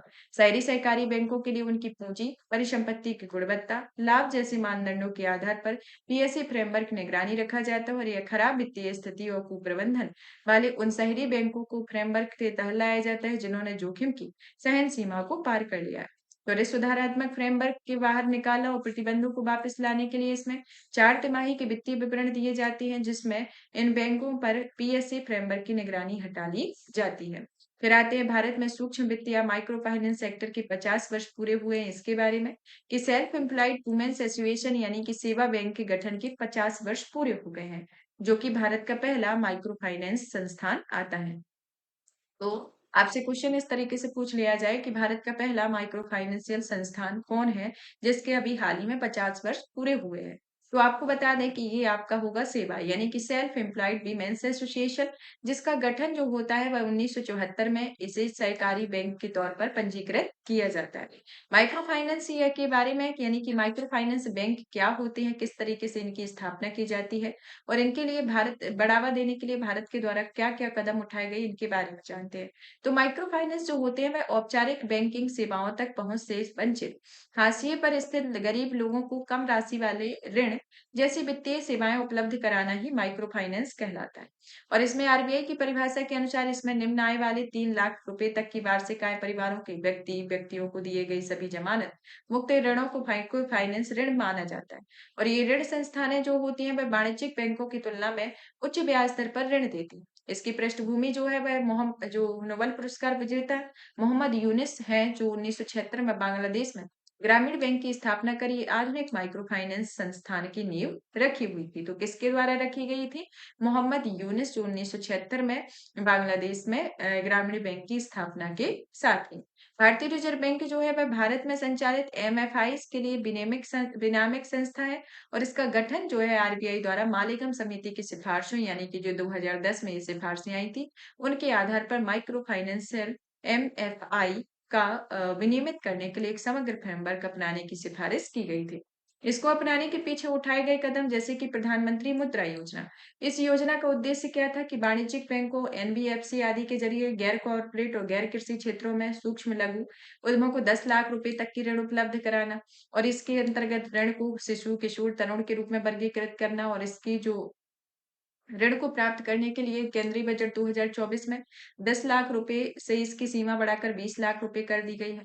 100 विनियामक संगठनों को मान्यता देना कि 2014 में आरबीआई ने माइक्रो फाइनेंस इंस्टीट्यूशन नेटवर्क और साधन को एसआरओ के रूप में मान्यता दी है। हार्मोनाइज्ड विनियमन देखा गया है कि 2022 में आरबीआई ने माइक्रो फाइनेंस सेवा प्रदान करने वाली सभी विनियमित संस्थानों के लिए समरूप विनिमय जारी की है। एसएचजी बैंक लिंकेज कार्यक्रम को शुरू किया गया है नाबार्ड 1992 में, और यह दुनिया के सबसे बड़े माइक्रो फाइनेंस कार्यक्रमों में से एक है। और इसका उद्देश्य बैंकिंग सेवाओं से वंचित तो कम सेवा प्राप्त करने वाले गरीब परिवारों को वित्तीय सेवाएं प्रदान करना है। गैर बैंकिंग वित्तीय कंपनियों के बारे में, यानी कि नॉन बैंकिंग फाइनेंशियल कंपनीज के बारे में, ये जो है वह हाल ही में आरबीआई ने 4 बैंकिंग वित्तीय कंपनियों द्वारा ऋण देने के लिए प्रतिबंध लगाया हुआ है। ये जो प्रतिबंध है इसे आरबीआई अधिनियम 1934 में धारा 45 के क्लॉज 45 एल के क्लॉज फर्स्ट के सब क्लॉज बी के अंतर्गत ये प्रदत्त संयुक्तियों का प्रयोग करते हुए निर्देश जारी करते हैं। गैर बैंकिंग वित्तीय कंपनियां जो है वह कंपनी अधिनियम 1956 और कंपनी अधिनियम 2013 के तहत पंजीकृत ऋण देने वाली कंपनियां होती हैं। और इसमें कृषि, उद्योग गतिविधि, व्यापारिक वस्तु, कोई भी सेवा प्रदान करने और अचल संपत्तियों की बिक्री, खरीद, निर्माण में शामिल संस्थानें होती हैं। इनका विनिमय जो देखा जाए, इसमें राष्ट्रीय आवास बैंक होता है, इसको विनियमित कर दिया जाता है। और 2019 में इन कंपनियों को विनियमित करने की जिम्मेदारी आरबीआई को सौंप दी गई है। सीबीआई यानी कि भारतीय प्रतिभूति और विनियामक बोर्ड के अंतर्गत इसे विनियमित किया गया है। बीमा विनियामक और विकास प्राधिकरण में बीमा कंपनियों को विनियमित किया गया है। राज्य सरकारें जो आती हैं जो चिट फंड कंपनियों को विनियमित करती हैं। कॉर्पोरेट कार्य मंत्रालय के अंतर्गत इसमें निधि कंपनियों को कॉर्पोरेट कार्य मंत्रालय द्वारा विनियमित किया जाता है। एनबीएफसी जो होता है वह सामान्य बैंक से किस तरीके से अलग है, जैसे कि डिमांड डिपॉजिट स्वीकार नहीं कर सकती है, पेमेंट एंड सेटलमेंट सिस्टम में शामिल नहीं होती है, और यह धनराशि जमा करने के लिए ग्राहकों को deposit insurance and credit guarantee corporation की जमा बीमा सुविधा का लाभ नहीं मिलता है। आरबीआई एनबीएफसी के लिए स्केल आधारित विनिमय क्या है, इसके बारे में कि इसका वर्गीकरण जो है यह आकार, कार्य, जोखिम के स्तर पर 4 लेयर्स में विभाजित किया जाता है। और ये लेयर आती है जैसे कि आपकी टॉप लेयर, जो कि एक सिस्टमेटिक रिस्क या अत्यधिक जोखिम वाली लेयर होती है, जहां पर इसे टॉप लेयर श्रेणी में रखा जाता है और इस पर कड़ी नजर रखी जाती है और इनका निरीक्षण नियमित तौर पर होता है। फिर आते हैं अपर लेयर की ओर, जिसमें इस श्रेणी में इसका एक छोटा समूह शामिल होता है जो सिस्टेमेटिक रिस्क के स्पिल ओवर के दृष्टिकोण में जोखिम ग्रस्त समझे जाते हैं, जिस कारण से इन्हें सख्त विनियामकी प्रावधानों को अंतर्गत लाना आवश्यक है। फिर आते हैं मिडिल लेयर के तौर पर कि इसमें वे सभी गैर जमा स्वीकार करने वाली एनबीएफसी शामिल होती है जिनकी परिसंपत्ति 1,000 करोड़ रुपए से अधिक होती है। साथ ही जमा स्वीकार करने वाली जो है वह इसमें एनबीएफसी में सम्मिलित होती है। और बेस लेयर जो आती है इसमें 1,000 करोड़ रुपए से कम संपत्ति वाले एनबीएफसी इसके अंतर्गत शामिल होते हैं। तो इस तरीके से देखा जाए तो ये 4 लेयर पर काम करता है। इसमें अलग अलग तरीके से विनिमय होता है, जैसे कि प्रत्येक लेयर के लिए एनबीएफसी के लिए अलग अलग विनियामकी नियमों का पालन करना पड़ता है और इसके आकार और जोखिम स्तर के अनुरूप इसका निर्धारण होता है। तो इसके अंतर्गत ये निर्धारण इसमें देखने को मिलते हैं। फिर आते हैं हम नीचे की ओर, जिसमें देखते हैं कि इससे संबंधित कुछ सुर्खियां आती हैं, जैसे कि एनबीएफसी पी टू पी ऋण अदायगी। आरबीआई ने मास्टर सर्कुलेशन जारी किया है इसके बारे में कि ये एक तरीके से ऐसी प्रक्रिया होती है जिसमें कोई व्यक्ति किसी भी बैंक या वित्तीय संस्थान के बीच में आए बिना एक डिजिटल प्लेटफॉर्म का उपयोग किसी दूसरे व्यक्ति के ऋण दे सकता है और ला भी सकता है। और ये जो ऋण है, यह प्रक्रिया मध्यवर्ती रूप में कार्य करना होती है और इसमें एक बार में 50 लाख रुपए से अधिक का ऋण नहीं दे पाती है। गैर निष्पादित परिसंपत्तियों के बारे में कि हाल ही में आरबीआई के द्वारा अर्धवार्षिक वित्तीय स्थिरता रिपोर्ट में गैर निष्पादित परिसंपत्तियों के मामले में प्राप्त उपलब्धियों को रेखांकित किया है और यह वित्तीय स्थिरता रिपोर्ट के अंतर्गत देखा जाए तो इसमें यह रिपोर्ट जो है वह वित्तीय स्थिरता और विकास परिषद की एक उप समिति के आकलन पर आधारित होती है। इस रिपोर्ट में 5/2024 में अनुसूचित वाणिज्यिक बैंकों का एक सकल अनुपात कम होकर 2.8% हो गया है। साथ ही इसका अनुपात जो है वह कम होकर 0.6% हो गया है। वित्तीय स्थिरता एवं विकास के बारे में एक हमारी रिपोर्ट जिसमें परिचय जो आता है कि 2010 में इसे स्थापित किया गया और यह वित्तीय स्थिरता बनाए रखने, विनियामक संगठनों के बीच समन्वय बढ़ाने, वित्तीय क्षेत्र के विकास को बढ़ावा देने के लिए वित्तीय तंत्र को मजबूत और संस्थागत बनाने का एक शीर्ष मंच है। इसकी संरचना केंद्रीय वित्त मंत्री जो वित्तीय स्थिरता और विकास परिषद के अध्यक्ष बनते हैं और इसके सदस्यों में वित्तीय क्षेत्र के विनियामकों जिसमें आरबीआई, सेबी, पीएफआरडीए, इरडा के प्रमुख इसमें आर्थिक मुख्य और मुख्य आर्थिक सलाहकार इत्यादि शामिल होते हैं।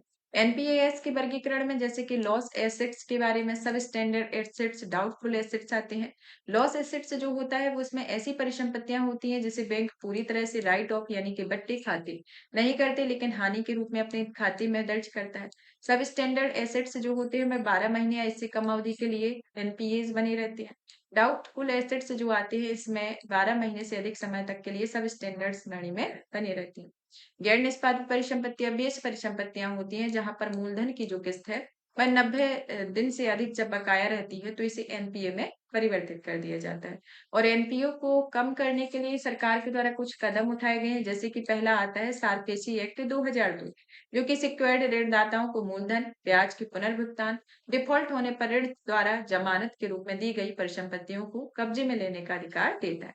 दिवाला और शोधन अक्षमता संहिता 2016 के बारे में जिसमें कॉर्पोरेट व्यक्तियों, साझेदारी फर्मों, व्यक्तियों के ऋण पुनर्गठन, दिवाला समाधान और समयबद्ध तरीके से निपटने का प्रावधान करता है। राष्ट्रीय परिसंपत्ति पुनर्निर्माण कंपनी लिमिटेड जिसका गठन 500 करोड़ रुपए से अधिक के तनावग्रस्त का संपत्तियों के समाधान के लिए किया जाता है। प्रवाह पोर्टल जो कि प्राधिकार लाइसेंस बेनामी की मंजूरी प्राप्त करने के लिए सुरक्षित केंद्रीकृत वेब आधारित पोर्टल है। आरबीआई द्वारा सहकारी बैंकों के लिए गैर निष्पादित परिसंपत्तियों के प्रोविजन मानदंडों का संशोधन किया गया है। फिर आते हैं को लैंडिंग के बारे में। को लैंडिंग जो होती है वह केंद्रीय वित्त मंत्रालय ने भारतीय स्टेट बैंकों को लैंडिंग की चिंताओं को दूर करने के लिए एक समिति का गठन किया है। को लैंडिंग जो एक तरीके से ऐसी व्यवस्था होती है जिसमें कई ऋणदाता साझेदारी द्वारा व्यक्तिगत आवेदकों को ऋण प्रदान करते हैं और इससे ऋण की क्षमता बढ़ जाती है और किसी भी एक संस्था को ऋण में जोड़े जोखिम का भार उठाना नहीं पड़ता है। ये भारतीय रिजर्व बैंक के अनुसार बैंकों और गैर बैंकिंग वित्तीय कंपनियां जो होती हैं वे प्राथमिकता व्याप्त क्षेत्रों में को लेंडिंग प्रदान कर सकती हैं जिस ऋण में जुड़े न्यूनतम 20% जोखिम का भार जो है वह एनबीएफसी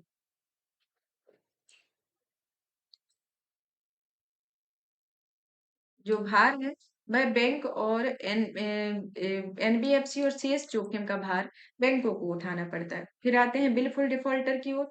तो हाल ही में क्या हुआ है कि बिलफुल डिफॉल्टर और लार्ज डिफॉल्टर के निपटने के लिए दिशा निर्देश जारी किए हैं। ये दिशा निर्देश जो है वह आरबीआई अधिनियम 1934 और बैंकिंग विनिमय अधिनियम 1949 के अंतर्गत तथा क्रेडिट सूचना कंपनी अधिनियम 2005 के तहत जारी किए जाते हैं। इसके कुछ मुख्य दिशा निर्देश हैं जैसे कि बिलफुल डिफॉल्टर का होना।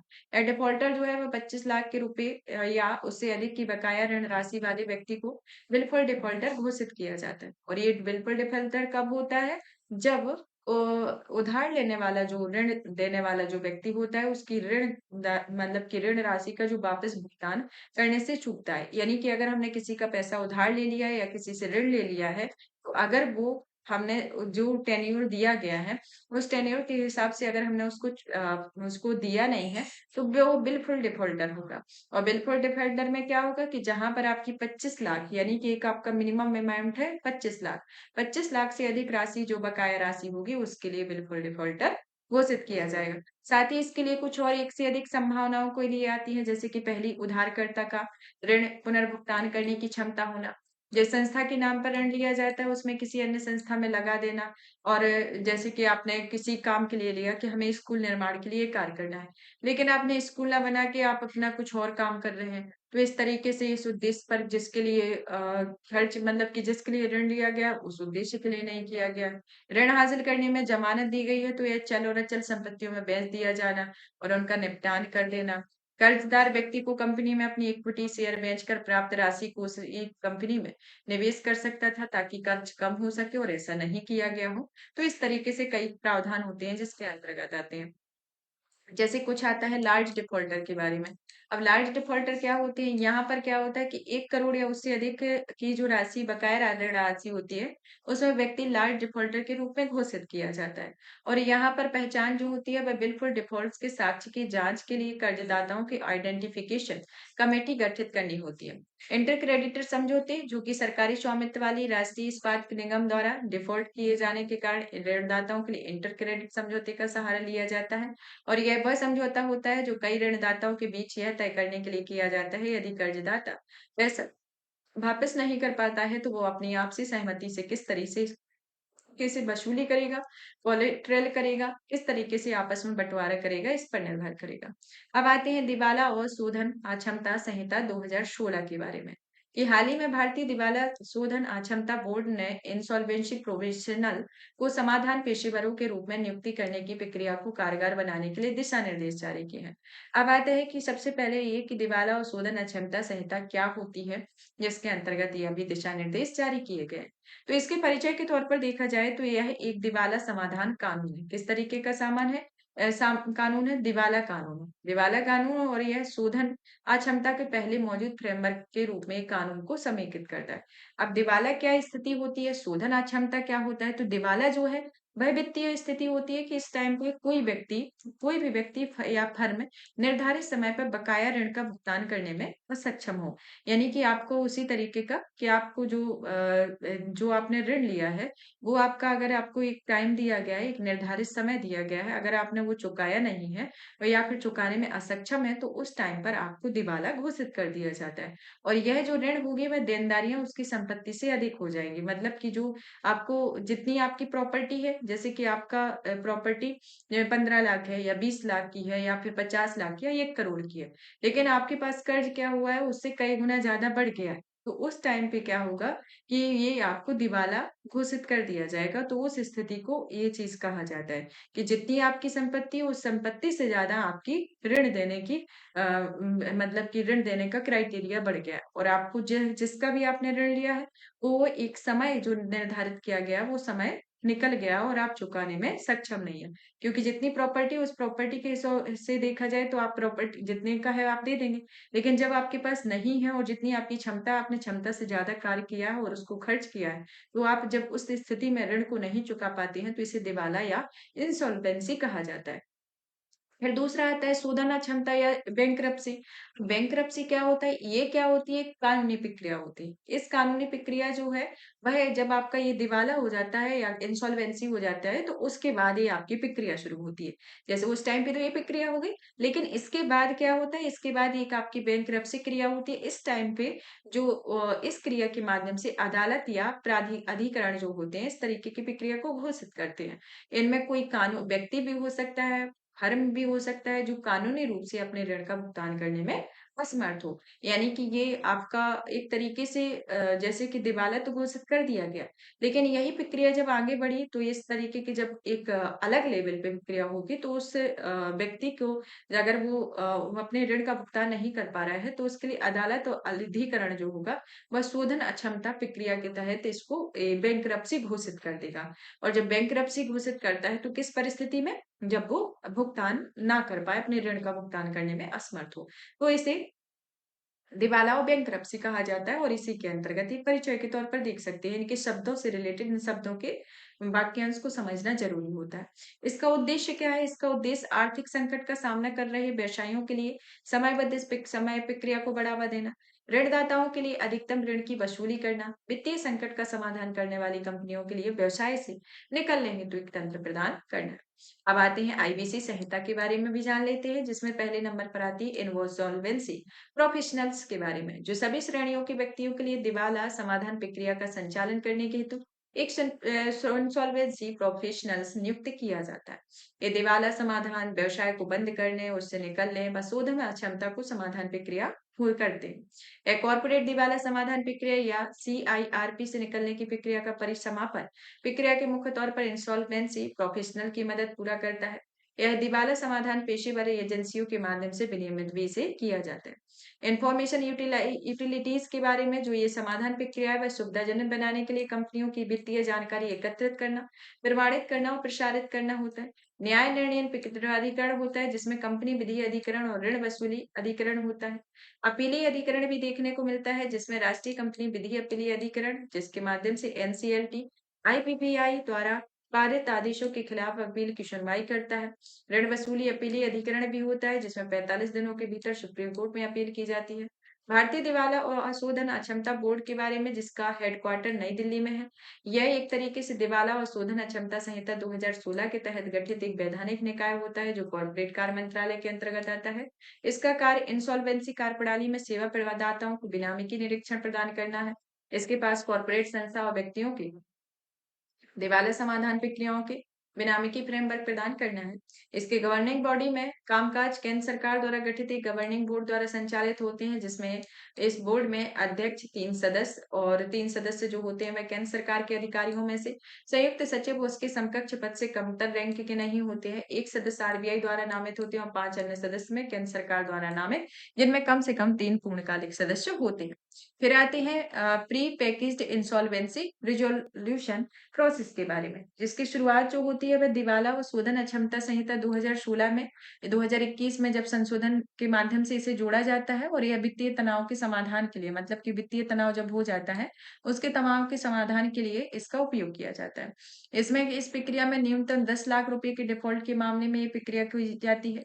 यह एक तरीके से हाइब्रिड प्रक्रिया होती है, जहां पर पूर्व प्रक्रिया चरण काफी हद तक अनौपचारिक होती है, और यह 120 दिनों की अवधि के लिए इसे पूरा किया जाता है, तो इसका ये टाइम होता है। तो pre packaged insolvency resolution process का कितना टेन्योर होता है? 120 दिन का होता है। परिसंपत्ति पुनर्निर्माण कंपनियों के बारे में, कि यह सरफेसी अधिनियम 2002 के तहत आरबीआई ने मास्टर डायरेक्शन भारतीय रिजर्व बैंक दिशा निर्देश 2024 को जारी किया है। परिसंपत्ति पुनर्निर्माण कंपनियां के बारे में, ये जो है एक तरीके से वित्तीय संस्थान होती हैं जो बैंकों, अन्य वित्तीय संस्थानों की गैर निष्पादित परिसंपत्तियों या दबावग्रस्त परिसंपत्तियों को खरीद लेती है, ताकि उनकी बैलेंस शीट को साफ सुथरा रखा जा सके। और ये अधिकतम जो संपत्तियां होती हैं, ये 8 वर्षों के भीतर इसे वसूली करना आवश्यक हो जाता है। इनकी उत्पत्ति जो है वह सार्फेसी अधिनियम 2002 के तहत इसे आरबीआई द्वारा पंजीकृत और विनियमित किया गया है। इसमें 29 एआरसी कार्य करती है, और नरसिम्हा समिति सेकंड के अंतर्गत इसे 1998 में विश्व के अन्य देशों में संचालित परिसंपत्ति प्रबंधन कंपनियों की तर्ज पर इसे पुनर्गठन कंपनियों के गठन का सुझाव दिया जाता है।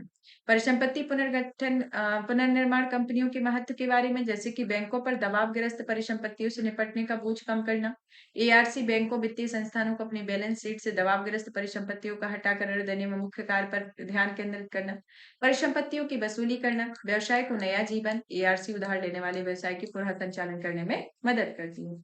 परिसंपत्ति पुनर्निर्माण कंपनियां किस तरीके से कार्य करती हैं? जैसे कि परिसंपत्ति अधिग्रहण के मामले में, इसमें एआरसी बैंकों वित्तीय संस्थानों से वित्तीय परिसंपत्तियों को खरीदती है। सिक्योरिटी एज रिसिप्ट के माध्यम से या डिस्काउंट पर बेचे गए दबावग्रस्त ऋणों के लिए एआरसी सिक्योरिटी रिसिप्ट से जाती है। प्रबंधन शुल्क शुल्क होता है, जिसमें एआरसी दबावग्रस्त ऋण बेचने वाले संस्थानों पर से हर साल परिसंपत्ति के मूल्य में 1.5% से 2% तक का प्रबंधन शुल्क वसूलती है। एआरसी पर आरबीआई के मास्टर डायरेक्शन 2024 के प्रमुख प्रावधान, जैसे कि नेट ऑन फंड होना, कि प्रतिभूतिकरण या परिसंपत्ति पुनर्गठन का व्यवसाय शुरू करने के लिए एआरसी के पास निरंतर आधार पर न्यूनतम 300 करोड़ रुपए का एनओएफ होना आवश्यक है। इनका पंजीकरण जो होता है वह व्यवसाय शुरू करने के पहले इस पंजीकरण में आवेदन करना होता है, और इस पंजीकरण प्रमाण पत्र प्राप्त करना होता है। नेतृत्व अर्हता होगी, और इसमें एआरसी को इंडियन बैंक एसोसिएशन में रिपोर्ट करना होता है। आंतरिक ऑडिट होता है, अन्य प्रावधान भी इसमें देखने को मिलते हैं। एआरसी विनियमों को आरबीआई के द्वारा कुछ हालिया बदलाव किए गए हैं कि एआरसी में कॉर्पोरेट गवर्नेंस को मजबूत किया गया और इसमें आदेश दिया गया आरबीआई को कि बोर्ड की बैठक के बोर्ड के अध्यक्ष को कम से कम आधे निदेशक स्वतंत्र निदेशक होते हैं और इसमें एआरसी के में कम से कम एक ऐसी क्रेडिट सूचना कंपनी का सदस्य बनाना होता है कि आरबीआई में पंजीकरण प्रमाण पत्र प्राप्त किया जाए। हाउस होल्ड सेविंग रेट के बारे में कि आरबीआई के डिप्टी गवर्नर के अनुसार हाउस होल्ड सेविंग आने वाले दशकों में अर्थव्यवस्था के शीर्ष लेवल ऋणदाता बनी रहेगी, तो इसके बारे में आता है। अब हाउस होल्ड सेविंग क्या होती है? ये जो सेविंग होती है इन्हें कई श्रेणियों में वर्गीकृत किया गया है। जैसे कि पहले नंबर पर वित्तीय बचत के बारे में देखते हैं, तो इसमें करेंसी, जमा राशि, जीवन बीमा निगम आदि आती है। वित्तीय बजट में गिरावट के कारण बैंकिंग क्षेत्र में अर्थव्यवस्था में तरलता को बनाए रखने, ऋण जोखिम प्रबंधन के सामने चुनौतियों का सामना करने में है। फिर दूसरी आती है भौतिक बचत, जिसमें भौतिक परिसंपत्तियों के साथ सोने चांदी के लिए की गई बचत होती है। तो इस तरीके से ये हाउस होल्डिंग बचत होती है, जिसमें आपकी वित्तीय बचत और भौतिक बचत के अंतर्गत ये आता है। हाउस होल्डिंग सेविंग के बारे में, ये जो सेविंग होती है वो एक तरीके से हाउस होल्ड सेविंग और सकल घरेलू उत्पाद के बीच अनुपात के रूप में व्यक्त की जाती है। ये वित्तीय बजट एक हिस्सेदारी सरकारी उधारी में चला जाता है और इसमें भारत में हाउस होल्ड सेक्टर आमतौर पर निवेश की तुलना में अधिक बचत करता है। बचत की गई राशि का उपयोग अन्य क्षेत्रों को उधार देने के लिए किया जाता है। घरेलू बचत को प्रभावित करने वाले कारक आते हैं, जैसे कि आयकर होना, ब्याज दरें निर्धारित होना, मुद्रास्फीति होना, आर्थिक स्थिरता होना, सामाजिक सुरक्षा कवरेज होना। तो आयकर के इस स्तर पर कि इसमें उच्च डिस्पोजल इनकम अधिक बचत को बढ़ावा देती है। ब्याज दरें निर्धारित होती हैं जो उच्च ब्याज दरें को जमा राशि पर उच्च रिटर्न देकर बचत का प्रोत्साहन करती। मुद्रास्फीति जो होती है वह उच्च मुद्रास्फीति क्रय शक्ति को कम करके इस तरह की बचत को हतोत्साहित करती। आर्थिक स्थिरता होती है जिसमें स्थायी नौकरियां सतत बचत को बढ़ावा देती है। सामाजिक सुरक्षा कवरेज होता है जिससे बेहतर कल्याणकारी योजना बचत की आवश्यकताओं को कम कर सकती हैं। तो इस तरीके से देखा जाए तो ये घरेलू बचत के अंतर्गत कम करने के उपाय होते हैं। तो यहाँ पर हमारे 3 टॉपिक, मतलब कि पहले टॉपिक के अंतर्गत जितने मेजर टॉपिक थे उनको कंप्लीट किया। अब हम नेक्स्ट क्लास में इसके आगे का टॉपिक जो होगा वित्त और कराधान, इससे रिलेटेड टॉपिक को कंप्लीट करेंगे। फिर आपका नेक्स्ट पार्ट आएगा। तो ये आज आपका पहला पार्ट हो गया। पहले पार्ट के अंतर्गत आपको ये पूरे डिस्कस किया गया। तो आप इस सेशन को ज़्यादा से ज़्यादा शेयर कीजिए, वीडियो को लाइक कीजिए और इसकी पीडीएफ आपको हमारे Telegram channel UPSC PSC with Diksha पर अवेलेबल होगी, तो वहां से आप पीडीएफ को डाउनलोड कर सकते हैं। धन्यवाद।